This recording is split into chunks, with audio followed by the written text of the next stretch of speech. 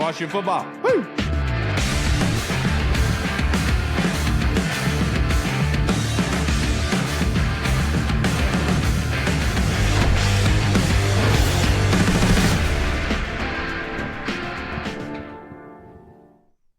Hey, what's up, everybody, and welcome to the Burgundy Zone. I am your host, Kyle, here with a little special insert into the Burgundy Zone. The Burgundy Zone is a part of the Frederick Podcast Network. You can find out more by going to www.listenfrederick.com. And today, joining me is a good friend of the show that we haven't talked to in a very long time. I'm very excited to do so, and Mr. Sam Fortier of the Washington Post. He's on his way back from the Combine. How was it, Sam? Kyle, it's great to be back on the show, man. And it was a good time in Indianapolis. You know, it's a totally different vibe when you're there and the team is not picking high and doesn't need a quarterback. Like, you hear all these rumors about Matt Stafford, Aaron Rodgers, and it's like, I don't even have to think about that because the Commanders have Jaden Daniels. So to me, man, it was a really it was a good time, and you get to watch some other positions. I think particularly the front seven. Receiver, it's just been a totally different experience and a great time. My man. And I did want to ask you about, because there's been a latest rumor circulating about Debo Samuel and the Commanders possibly being interested in Debo. Have you heard anything about that? Do you think they really are invested into possibly acquiring Debo? I do. I think Deebo Samuel makes a lot of sense for them as a number 2 receiver. I know that he's more of a football player than like a polished singular receiver. Like, he plays running back. He does a lot of different things. I think that could be a really interesting and valuable tool in Cliff Kingsbury's offense, especially when they go no huddle, his ability to play both positions. But, you know, it's funny. Dan Quinn had a local scrum where he had a scrum with local reporters after his podium at the Combine on Wednesday. And somebody asked him, what do you want in offensive skill players? What are you looking for as you go through, this process? And he basically said, I want physical, violent, aggressive players, whether it be at tight end or running back or receiver. And after the scrum, like, I looked at JP Finley from NBC, and we both were just like, that's Debo. Like, he just described, kind of Deebo Samuel. And so it's not surprising to me that they'd be in on him.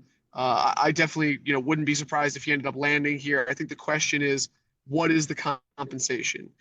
Does it take a 4th and a 5th? Does it take a 3rd? Kind of what does the bidding war kind of result in? And does that hamstring you from either A, building to the draft, or B, acquiring a guy like Myles Garrett if he's truly available, which the Browns say he's not?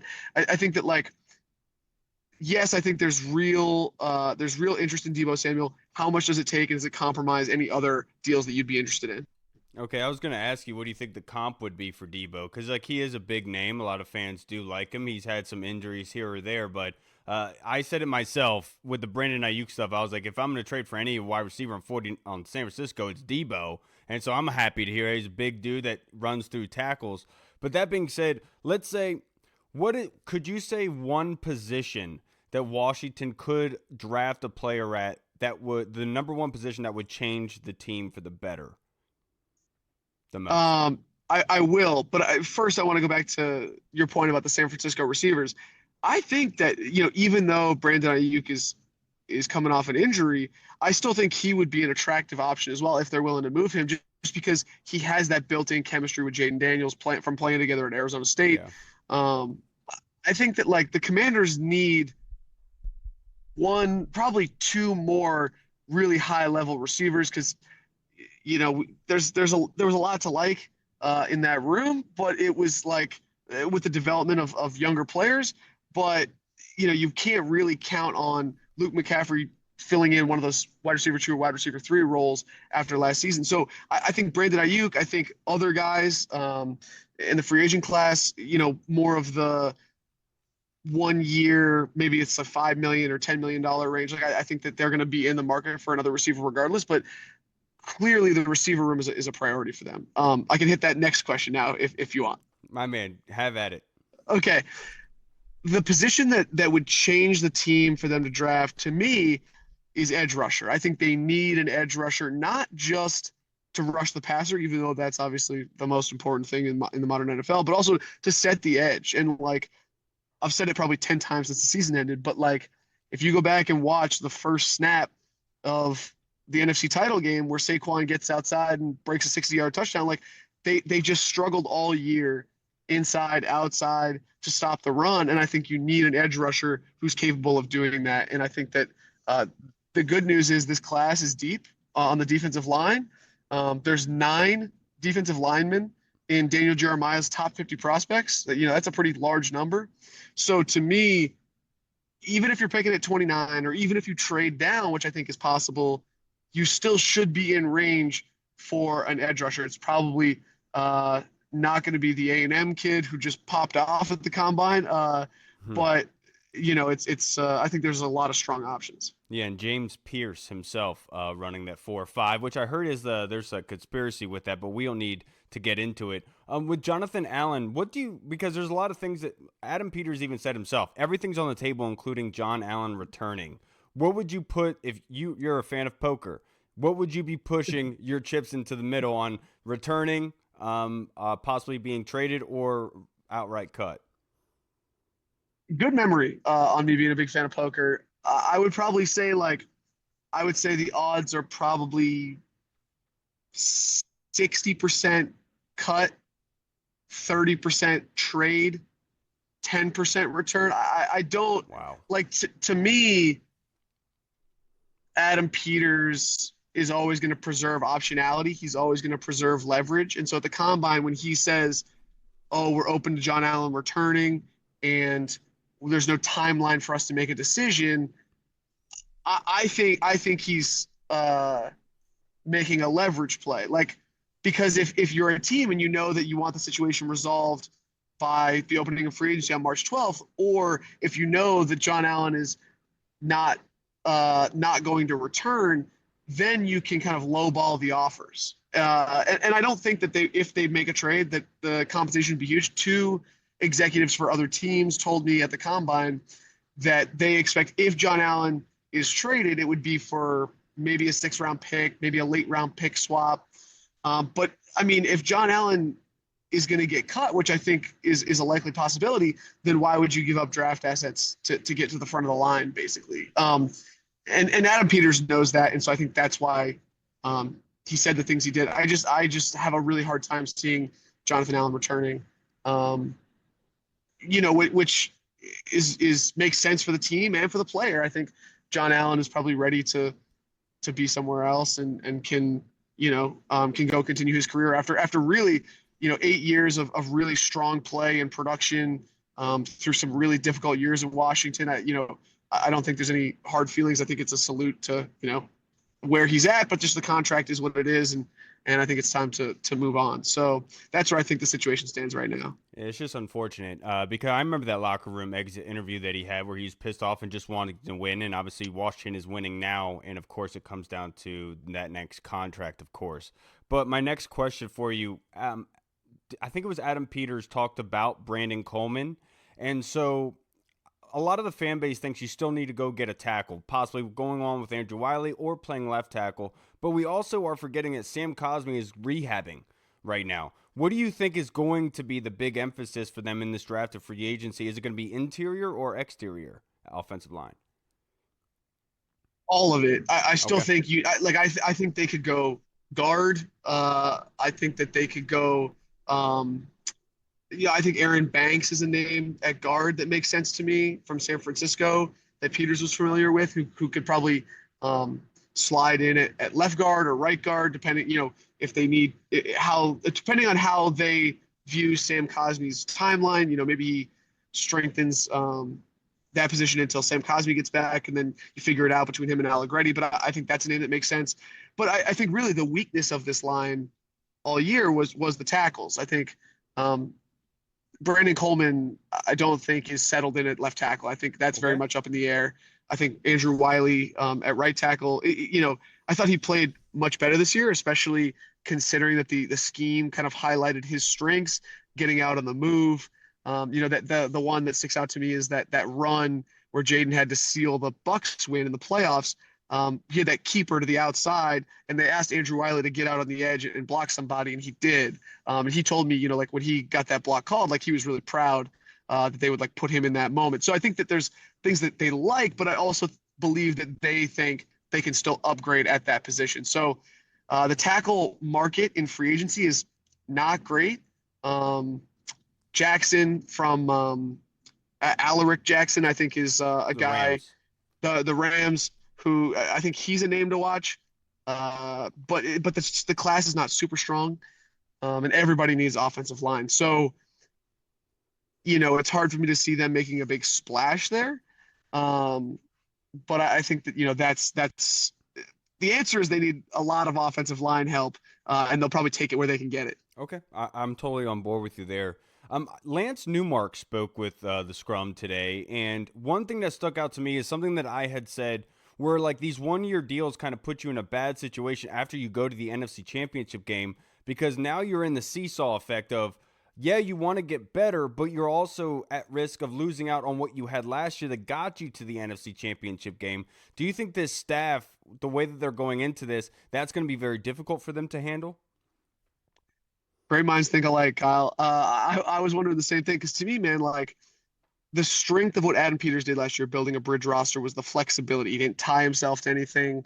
Right. He's able to kind of pick and choose and go forward and find value. But the risk is like when you play really well, now the price is going up on some of these guys. Right. So my question is like Jeremy Chin, a defensive leader, a guy that was a tone setter who played really well, especially down near the line of scrimmage. Like he's on the open, he's going to hit the open market now, it looks like. So what's the price you're willing to pay for him? My number one question as we go through free agency is how many 1 year deals will they do again versus are they willing to now make more substantial commitments, especially to guys they had in their own building, to kind of solidify the foundation of this roster in year 2 of the program. Okay, my man. And now to wrap this up, Sam, I only have a couple more questions for you, brother. But what would you say is a position that is not expected but could be added? Like I think defensive tackle surprised a lot of people in the second round, like something like that. It's hard to forecast that because that was a totally board dependent thing. Like if Johnny Newton played another position, like and they still had that grade on him, they would have drafted him Okay. according to them. So if he was if he was a linebacker and you already had Bobby and Frankie, like maybe you still go make that pick. So um, speaking of that, I would not be surprised, if a linebacker was on their radar. I mean, I don't know how much he's going to rise after his combine performance, but like Jihad Campbell from Alabama, like, you know, Daniel Jeremiah compared him to Miles Garrett, or excuse me, not Miles Garrett's been on the brain. Compared him to Micah Parsons in the fact that he's a former edge rusher who plays linebacker, who can do both things, who moves around. So is that the type? Is like if he's there at 29, are you willing to stick and pick, even though you have Luvu and Wagner? If Wagner returns as well. So I think linebacker maybe is something I'd be watching, dependent on the guys that are available. But it's really hard to forecast now who they're going to draft, especially picking at 29 with all the things that could happen. Yeah, makes me think about before this season when they came out with the depth chart. They actually listed Dante Fowler as an outside linebacker, so you could say Jihad would fit into that category, right? Of being able to, on the film, he blitzes a heck of a whole lot. But my next question for you: standouts at the combine, just some like not from like coaches or maybe some coaches you talked to them, but like basically like who was the talk of the town at the combine? Yeah, it's a good question because it's hard to figure out, I think, when you're 20. Like I think about this in terms of who are they going to draft, and figuring out at 29 who they're going to pick right now is really like a toss up. Right. The A&M edge rusher, despite his lack of production, like I think he had like a 10.00 like athleticism score, Raz. his athleticism score, just because of what he was doing at his size. So to me, like he's probably the name that I heard the most. And really, like I think I'm still waiting to hear kind of how things shake out. But obviously he had a great day. Yeah, he did. And you're talking about Shamar Stewart from Texas A&M, Oh, who did I not say his name? I don't think so. Oh, my bad. No, you're good. Yeah, he only had 1.5 sacks this year that I learned today, and I watched a film on him, and I thought that he'd have a lot more than that. So it was a very confusing situation for myself. But the last question I have for you: you vlogged for the first time this season. As how was that for you, Sam? At being now a content creator. And different Oh, internet's catching up. Internet's catching hadn't up. done didn't. Oh, can you hear me? Yeah, I can hear you now. Keep going. It's something that I didn't have a ton of experience with, but a real big internal initiative at the Post to, do some more video, try to help people understand kind of what goes into the life of an NFL beat writer. And I enjoyed it, man. Like the response from people was really fun. So many people engaged in it. I appreciate anyone that did, and looking forward to doing it again this year. You picked a great season to start that, by the way. I mean, the Hail Mary NFC Championship game, first playoff win since 2007 or whatever the heck it was, 19 years or whatever. That was a great time for you to be able to do that, Sam. You know, I always appreciate your work and how much time you put into this, brother. Before you get out of here, just like to plug your social media handle in your show, just in case anyone watching hasn't followed you yet.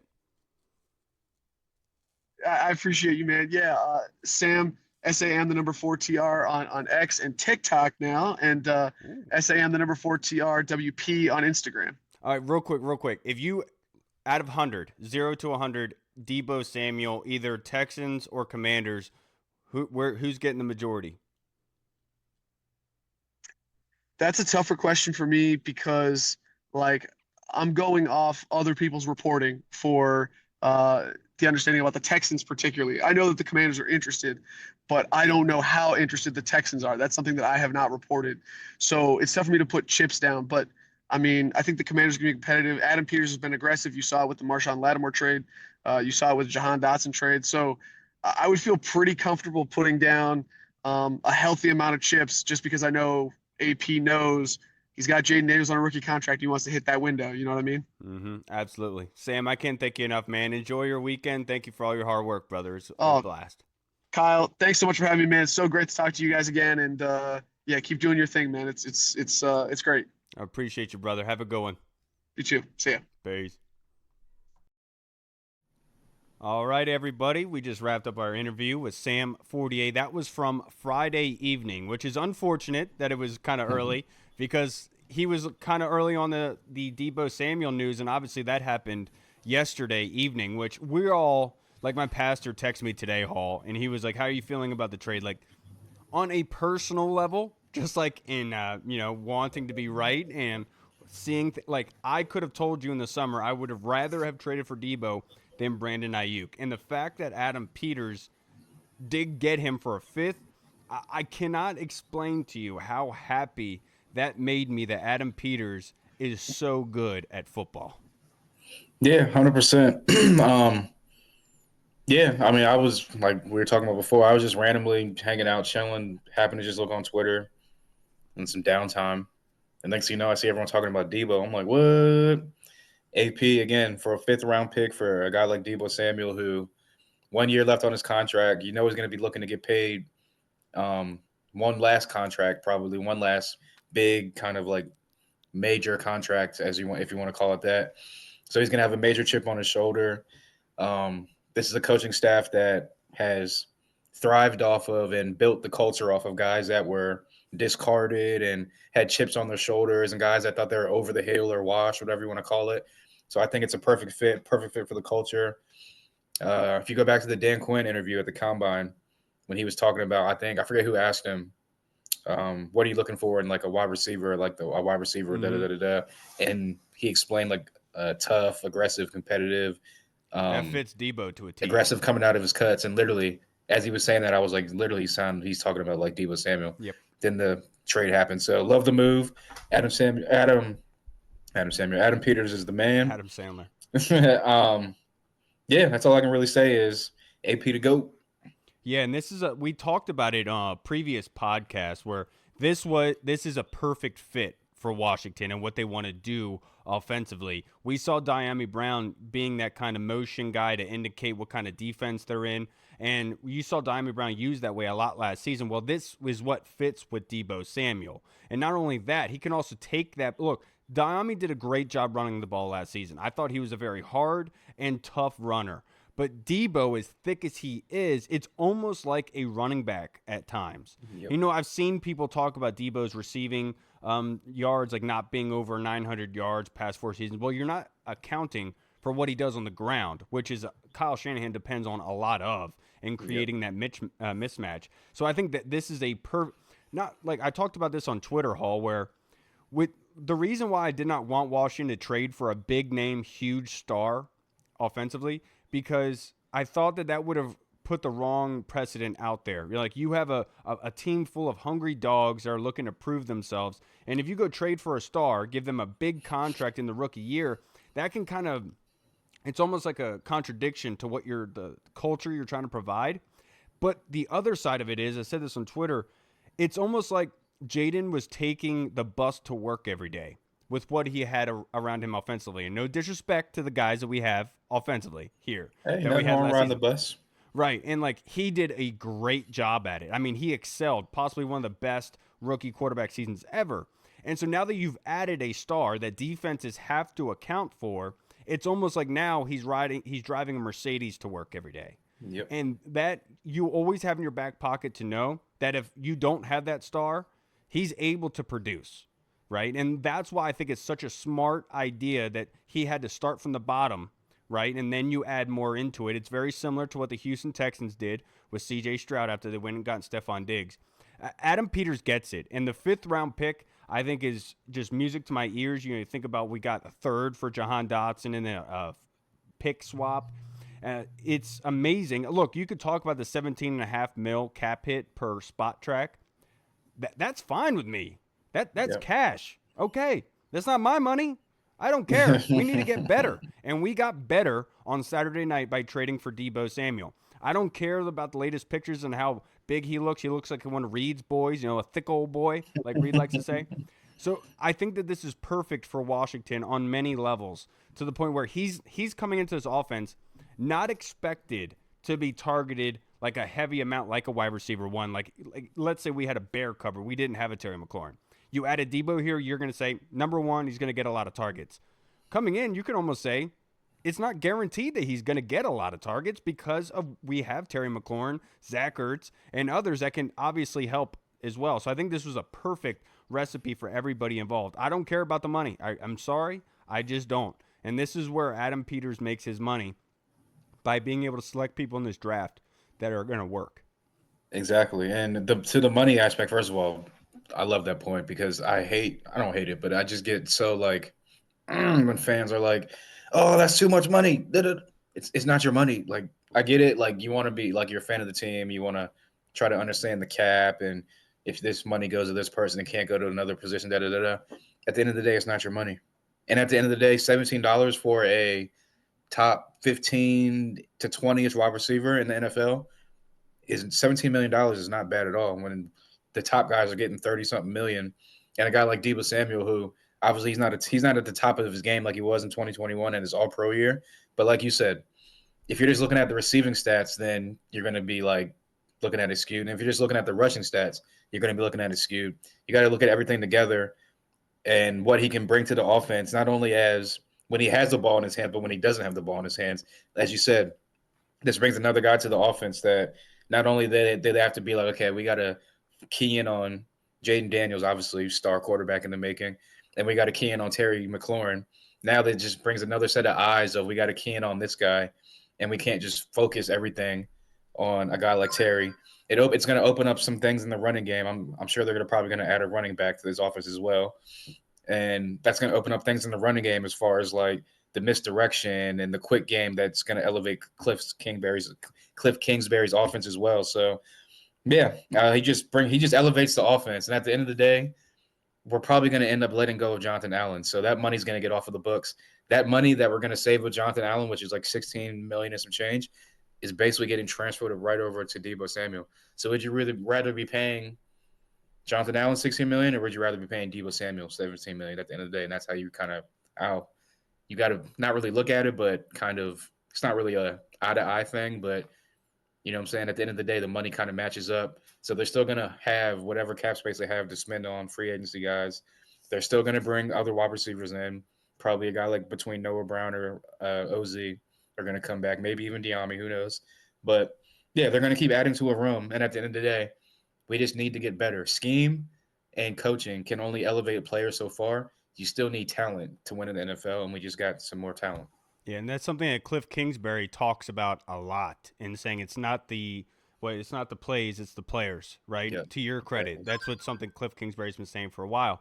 But that being said, I do still want Washington to go down the route of adding in the draft with a wide receiver. There's plenty of really capable guys. I know they met with Jalen Knoll, slot wide receiver from Iowa State, who just blows the lid off of defenses. He had, I think, 22 reps on the bench press, and he's not a big guy. And that was incredible to see myself. And so I think Jalen Knoll is somebody that could really step. I love Jaden Higgins. I think that he fits the mold of somebody you could really add in here, especially when you're considering that Deebo could be in the slot. You're looking for that wide receiver too. And I would say the reason why I would say Jaden Higgins fits with this offense is because look at the last two wide receivers that they brought in, signed for. Noah Brown and Martavius Bryant. Yep. Both long, tall guys with big arms and good catch radius. And Jaden Higgins fits that bill. Every time I watch Iowa State, the dude pops off making some catches and moves that you would not expect. I think he ran a 4.3 or 4.4, like something in his 40 time. 4.47. Blazer. It was a 4.7? Yeah, 4.47. No, 4.47. Yeah. That's why I was like, damn, 4.7. Maybe I misread it wrong. But yeah, 4.47. Yeah. So for his size, that's a blazer right there too as well. So yeah, now let's get into some combine standouts. Who comes to mind for you that really stood out from the combine? Look, these are just measurables. Obviously, you always go back to the tape, and you're going to be able to see who actually the speed translates, all that other jazz. Who do you think stood out to you in the combine? I didn't really watch the combines. I was running around all day yesterday, but just from a couple clips that I saw, a couple things I saw on Twitter, I know the running back from VTech, I forget his name. Tootin. Tootin, yeah, I know he's getting a lot of buzz right now. He apparently killed the combine. Matthew Golden, that's a receiver I really like in this draft as well. I know he did really good for himself as well with his 40 time. And so yeah, those are two guys that I think that on the offensive side that really helped themselves and probably elevated themselves a little bit in the draft so far. Yeah, I think Toot obviously has shown he has incredible speed, man, just running by people. And somebody, because I'm a Virginia Tech fan, and they asked if these prospects coming out would work well with Washington, could they be on our radar? And I was, as much as Virginia Tech has been disappointing as a team, the prospects in this draft have not been disappointing whatsoever coming out of Virginia Tech. Talking about the corner, obviously Toot, and then Antoine as the defensive end. They've done a great job. And Peeblis, the defensive tackle as well. All guys have come in that really has some strong buzz about them. But some combine standouts that I would personally say that I think went above and beyond of what they not what they're capable of, but just really putting a stamp on things to say this is the guy that you want and you're looking for. I think Jaden Higgins is one guy because the way that he ran the route. Mason Taylor, another one. Obviously, the son of Jason Taylor is another Mason guy. Taylor. Yeah, but the combine this year, obviously the measurables are one thing, but there were some guys that really did a good job of being able to separate themselves. And I think somebody like a Donovan Izuriku from Boston College, a defensive end that I really, really like. He only put up 22 on the bench, but to be perfectly honest, he just plays a different brand of football that I really enjoy and like. There were some other guys, I can't think of them right now. Holland Pierce, the tackle from Rutgers, 36-inch arms, bro. 6'8". Dude, Crazy. that is incredible. That's like basketball player type and size and right there. It's crazy. Oh, dude, absolutely. Ariante Irsay, the offensive tackle from Minnesota, was able to watch a lot of him today going against Abdul Carter, who's going to be a top 3 pick in this draft as an edge rusher. Watching them battle it out was absolutely fantastic. I enjoyed every second of it. You really get to see what it's going to be like at the next level. It seemed like Irsay got beat a little bit to the inside a lot by Abdul Carter, but Abdul Carter has a lot of moves that he could go with, and he was obviously finding something to work with. But for the most part, Irsay was holding his own against him, and so that's a guy that I really like, and I think could be added here and be a 6'6", 330-pound behemoth. That's somebody you really look at and say, I think I could work with that guy. And I already brought up Jalen Knoll. I think that he's somebody that really obviously put a stamp on things that did well. You could go down the list. The defensive tackle from Maryland I haven't looked at yet, putting up, I think, 28 reps on the bench press. We know that he's a workout warrior. Ty Right? Felton as well from Maryland had really good numbers. A wide receiver, probably going to be a mid-round pick as well. Yeah, so those guys, they've done a great job. There's so many more that have really blossomed. I wish I had my sheet with me showing the prospects that I've looked at so far. But there's a lot of guys in this draft that I really like. JT Tuamulu from Ohio State. I like him. I love this kid and what he I did. like Sawyer too, but I like JT a little bit more. Dude, JT has so many pass rush moves. He is a seasoned vet in that regard, and pass rushing even does a good job of setting the edge. That's somebody that I think you could put in right away. I thought he was going to come out last year, but he stayed, obviously. And what he did to Olu Fashanu last season was absolutely incredible. And the way that he really showed me who Olu was in my argument against Joe Alt and Olu Fashanu. I said for the get-go, Joe Alt's your number one tackle in this draft. Olu is not that close to him. Everyone yelled at me. But that being said, let's get into some of our fan questions that were submitted. And I'm going to go to the first one. Was submitted by our boy Tony Franchise on Twitter. His question is, he says, I saw a report that Washington met with Ashton Jeanty at Combine. Would you be cool if we used the first-round pick on him if he fell to us? If he fell to 29, that would be crazy. But yeah, it would be. I would say it would be a great addition to the offense. I just said on Twitter and earlier that a home run hitting, because they put up the little graphic of like the offense with like Jaden, Terry, Debo, and then Brian Robinson. And I said a home run hitting running back in this offense would feed families. And yeah, a home run hitting running back with this offense, with the threat of Jaden Daniels in the run game, the threat of the running back taking it 60 yards at any point in time, or the threat of Debo coming out the backfield or anything like that, I think would definitely, like I said, just elevate this offense. But I'm at the point right now, and I'm still at the point that and Adam and AP I trust, and AP we trust. So if he feels that Jeanty at 29, I'm sure they'd be looking at the board like this is like beyond great value because he's projected as like a top 20 pick more than likely. So that'd be great value as far as like how their board fell and whatnot. But I would also say that the running back class is so deep right here that even if you would pass on a guy like Jeanty at 29, even if he did somehow fall to us, I think that they could still find not Jeanty, but a guy like Amarion Hampton or whoever else it may be. Like I'm a big Neal guy, Devin Neal from Kansas. He's going to be like a mid-round, like day 3 pick maybe. But I think that there's many backs in the Caleb Johnson. I think it is from Iowa is a big bruising back that can also has a little bit of power and speed with him as well. So there's multiple guys in this draft that I think that you can draft on day 2 and day 3 and be plug and play guys from day 1. So at the end of the day, the value right there might be too great to pass on. So I wouldn't be mad at it. But also, if they went another route and then got a guy on day 2 or 3, I would definitely see the vision that they have with that as well. Yeah, I was thinking about this the other day. If Washington does decide to walk away from like Brian Robinson, right? Because look, I love Brian Robinson. He's overcome a lot. He's done what he's asked to do. Last year of his contract. Right. But let's say they do. Well, I think that him going to Pittsburgh would be the absolute best case scenario for Brian Robinson. Najee Harris obviously getting up there, not that much of a fluid athlete, but the Chargers too in LA. That's a great one too. With what Pittsburgh wants to do, that fits Brian Robinson, right? Where we're rushing a lot out of shotgun. I think Cliff does like power, but he wants you to be able to have some movement, right? And I would not hate Ashton Jeanty being added here at 29. Okay, it's a home run hitter. That is something, if that's what they want to add more to offense, more power to you. I just think that maybe there's other positions there that you could really get a good bang for your buck if you're not trading back. But I wouldn't be against it because at this point, let AP cook, right? So let him do his thing. But you talked about Omarion Hampton. You got Tut there as well. Tut has shown the kind of speed. I think he ran, a 4.3 40, just showing you the kind of speed that he has and being able to excel things. And that's what Washington honestly kind of needs at this point, is that separator, right? To be able to hit that space and to be able to create something and be able to run past people.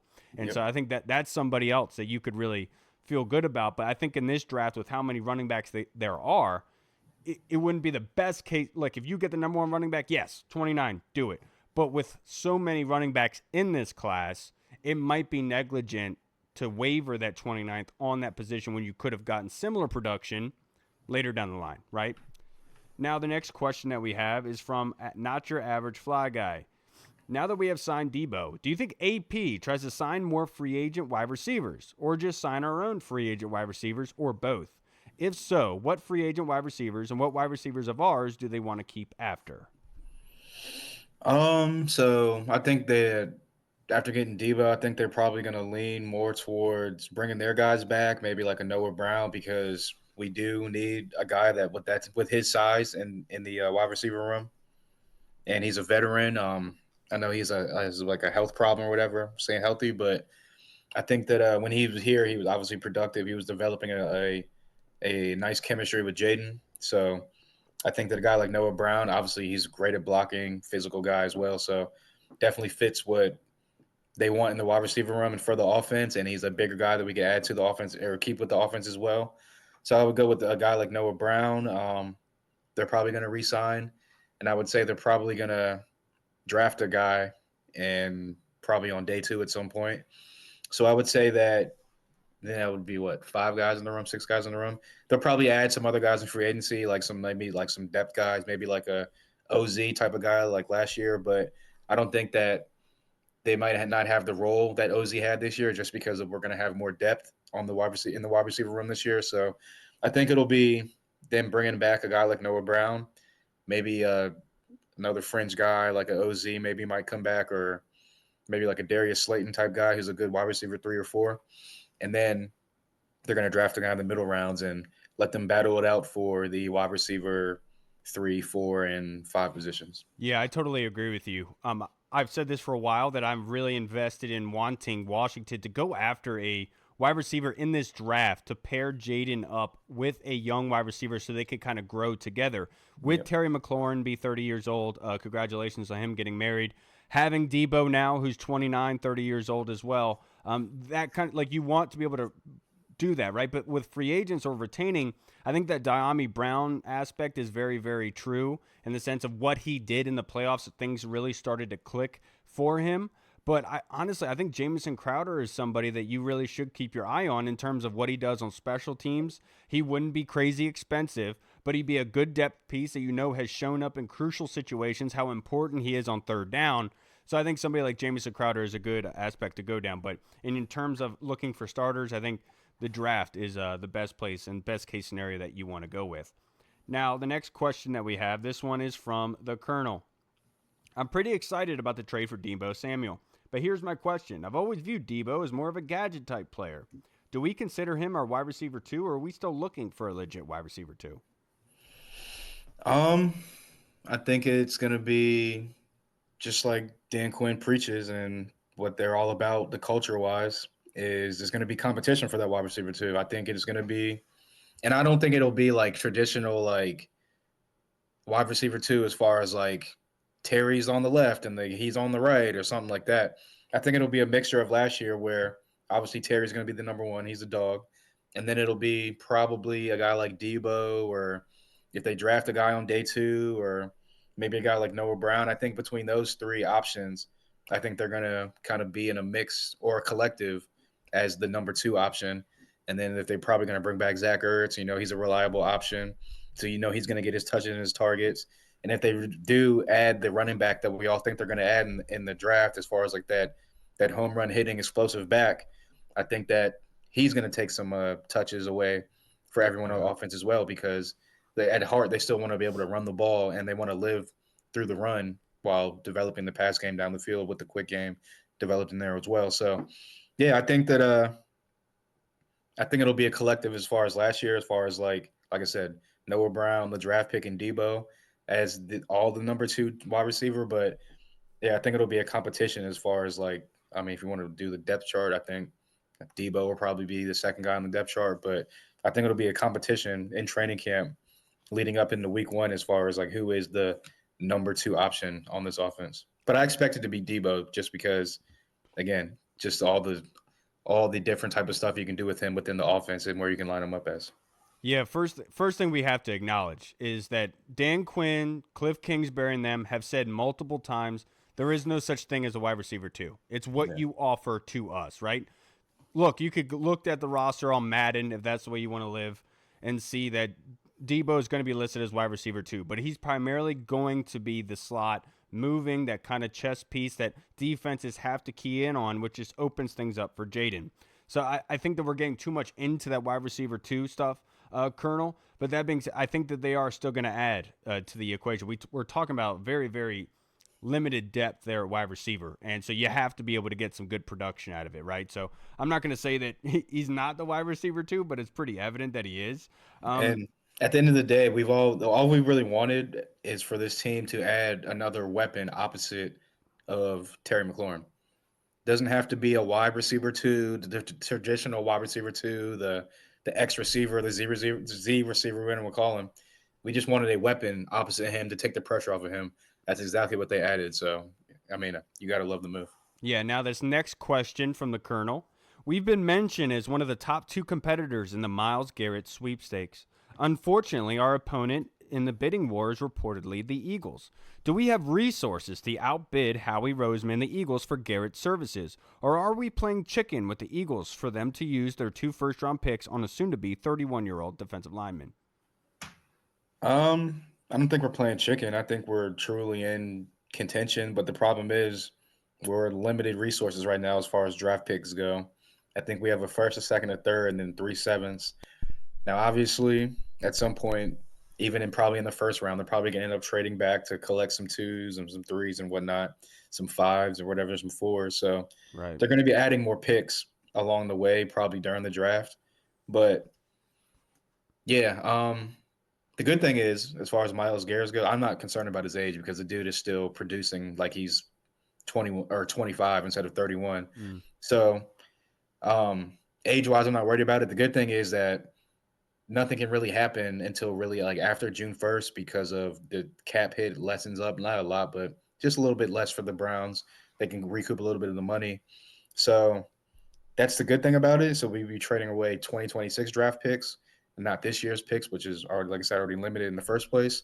But as far as the Eagles go, unfortunately, yes. And again, this comes with the territory of winning a Super Bowl, having a great team, drafting well, having a great team built by Howie Roseman, and being able to be like, you know what, we can give up a first round pick or a second round pick going for the next couple of years because we already have guys that are paid under contract as our core, and on top of that, we've drafted so well. We got a lot of guys in our core on rookie contracts as well. So, and that makes it more enticing for a team like Cleveland, who obviously if they're trading a guys like Myles Garrett, they're going to want to try to rebuild their team. Philly can offer a lot more players than we can, obviously. And so at the end of the day, yes, it sucks. They can definitely outbid us. They can out-resource us. So we'll see how that goes. But all I can say is an AP, I trust. Yeah, absolutely. I do think this happens a lot with the chicken aspect, Colonel, but I'm not going to sit here and say that they're not.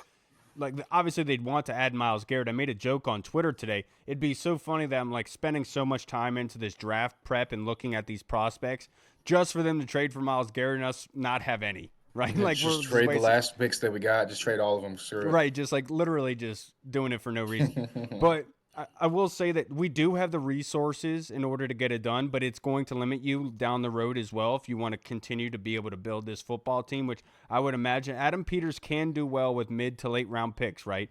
But you need those kind of playmakers in the first round. You know, you talk about the Eagles roster this year and how many of their standout guys were first rounders, right? They really came to play for them. So that's an aspect you have to look at in building down the road. You have to maintain and keep those first rounders.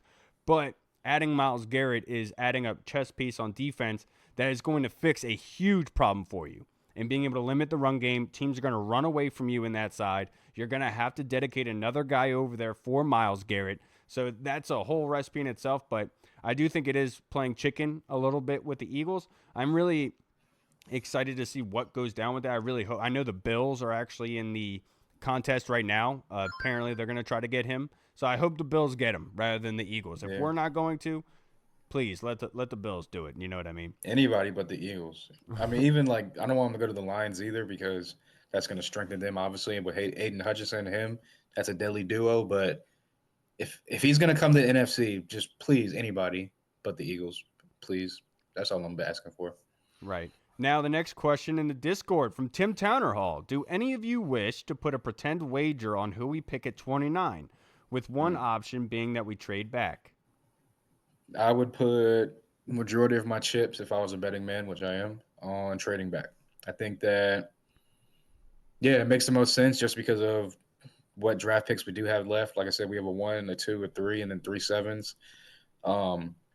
It doesn't look like they're going to be able to recoup anything for Jonathan Allen just because most teams know. And if they do, it'll be like a 6th or a 7th round pick. So at this point, teams know that probably they can get him for the cheap after he gets released instead of giving up compensation for him. So, yeah, trading back, but it's obviously you got to find a trade partner. But I would say that, yeah, it looks like trading back would be, if I had to put my chips down, I'd put 80 to 90% of my chips down on a trade back at 29.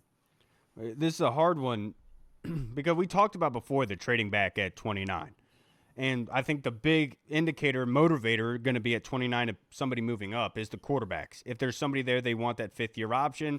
That's where that trade back comes. Like, you can't really, based on what we've heard about the draft and the prospects available, they've said between 10 and 42. It's like the same similar. And that's why I was kind of like, you got to find a trade partner because, Right. again, like you said, everyone's kind of jumbled in like a same tier of player type Right. grade, if you want to call it that. So it's going to make it hard. But in AP we trust. That's going to be the theme of this podcast. Exactly. And so it takes two to tango. What, is somebody going to be willing to move up for a player at 29 that they could possibly just sit and wait for, right? Remember, last year we traded back in the second with Philly to recoup more picks, right? So this is something that Washington could do maybe in the second round as well to recoup some extra ones. But 29 is you're going to be your best value. The big question is the quarterbacks. Is there somebody desperate enough to jump back up into the first round at 29 to get a quarterback? And I think that there's a good possibility for that, the way that this draft is kind of looking at this moment. But it's way too quick. It's way too early, Tim, and being able to try to decipher or pick who's going to be there. But just know that we're going to get a violent individual that's going to come in and be able to help out right away. And whoever that is going to be great. So I would rather put it at like the second rounder trade back. But I'm not going to wager on anybody in particular. There's so many different ways that you can go down. Ensuring that Jaden Daniels is protected, or being able to build up that defense, being able to limit the rushing yards and the big plays on the ground. There's so many different ways to do this. It's just way, way, way too early to do it. Sir. Now, the next question is, from Deluxe, how does tight end room look in 2025? Ertz and Bates are unrestricted free agents. Sinnott, Yankoff, Turner are under contract. Do both and Ertz get let go? No, I think Ertz comes back definitely. I think that he's proved and to himself and to the coaches that he still has a little bit more than a little bit left in the tank, and he's a guy that's respected on this team, respected in the front office, but respected by the coaching staff. He's still like the smart, savvy vet that can still teach the younger tight ends in the room some stuff. And as well, not even just tight end in the room, but like the offensive guys as well. Obviously, him and Jaden have a really good special connection together. Yeah, Cliff loves Zach Ertz. He talked about how this team kind of rejuvenated him and made him like love football again, and really got him back into like loving the game. And yeah, so I think that he'll definitely be back. I just saw that Fowler from ESPN was talking about Bates is really going to be regarded around the league because blocking tight ends are really regarded around the league. But obviously, he's put a side note as far as Washington is going to try to bring him back as well. And so I think that he'll be in the mix as far as guys to bring back because he's definitely a valuable asset as far as the running game. And he has some sneaky good catches here and there throughout the season as well on some leak out stuff. So, yeah, I think that it'll be Ertz, Bates. Hopefully they can re-sign him. Sinnott, hopefully he can get refocused and maybe take the next step in his progression. But I do think they'll draft one eventually as well too. Next question, Deluxe, off of that. Do you think one of the draft picks gets used on a tight end?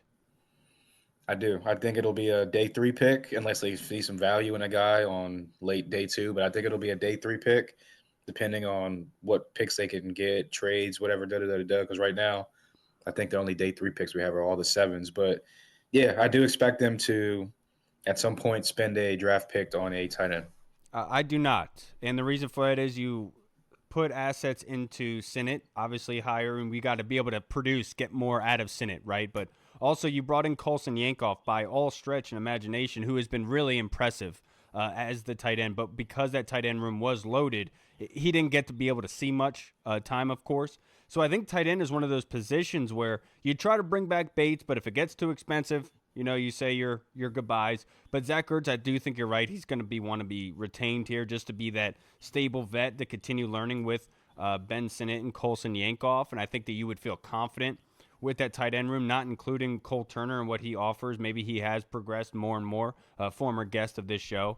But no, I don't think that they're going to use one of the draft picks on a tight end. With how limited we do have, I think there's plenty of prospects in this draft that can help you. And we know that Adam Peters and company kill in the second to last half, right? Now the next question we have in the Discord, this one from Andy Lockhart, was it a sciatica? I had to include it. I've been having back problems all week. Yes, it was a sciatica.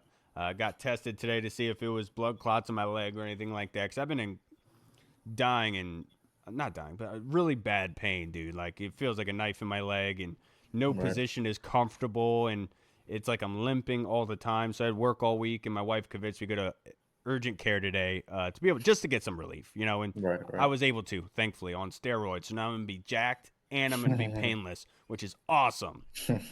Now the next question that we have in the Discord is from Tim Towner. Now you have Terry, Debo, and Luke. So what else do you do in this room? Do you bring back Diami? Do you draft a wide receiver or another free agent?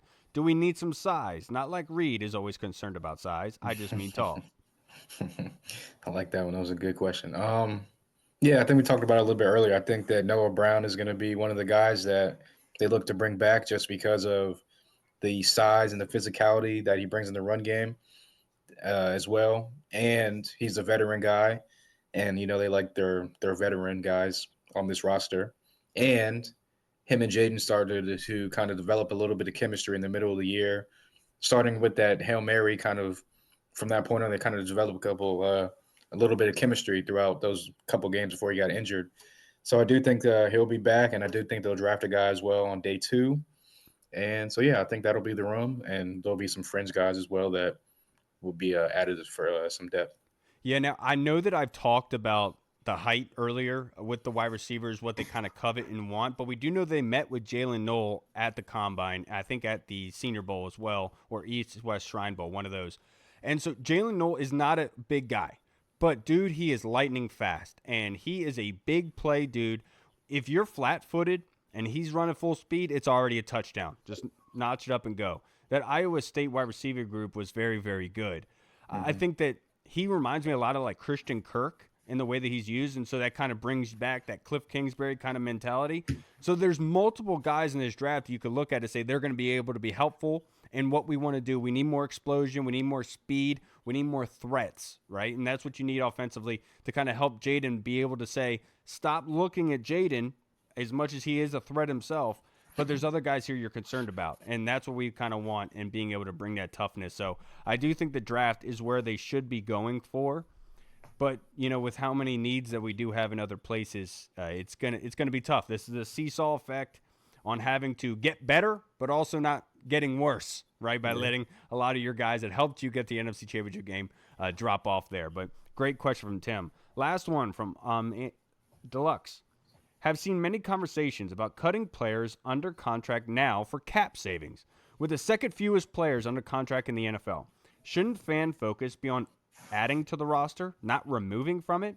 Upgrades are always desired, of course, but that gets determined by the 90-man roster in camp. Let's get to 90 before we start cutting. Sorry for answering my own questions. No, you're right. I mean, look, fans are always going to look at the guys that are making the most money and look at the production and get angry that the money is not matching the production. It is what it is, but like you said, we have the most guys in free agency or heading into free agency starting when the new league year starts. So, and AP said at the combine they're going to be looking to bring back their guys. They're going to be active, bring back their guys. They only have like 28 guys on the roster or something, or like I said, 28 guys in hitting free agency. So, yeah, they're going to definitely have to fill the roster out. Probably bring back a lot of the guys that were on the team last year, like you talked about, that got them to the NFC conference game. So NFC Championship Conference game. So yeah, I do think that yeah, we should be looking to retain guys while also adding guys because, like you said, it is about getting better while also like maintaining.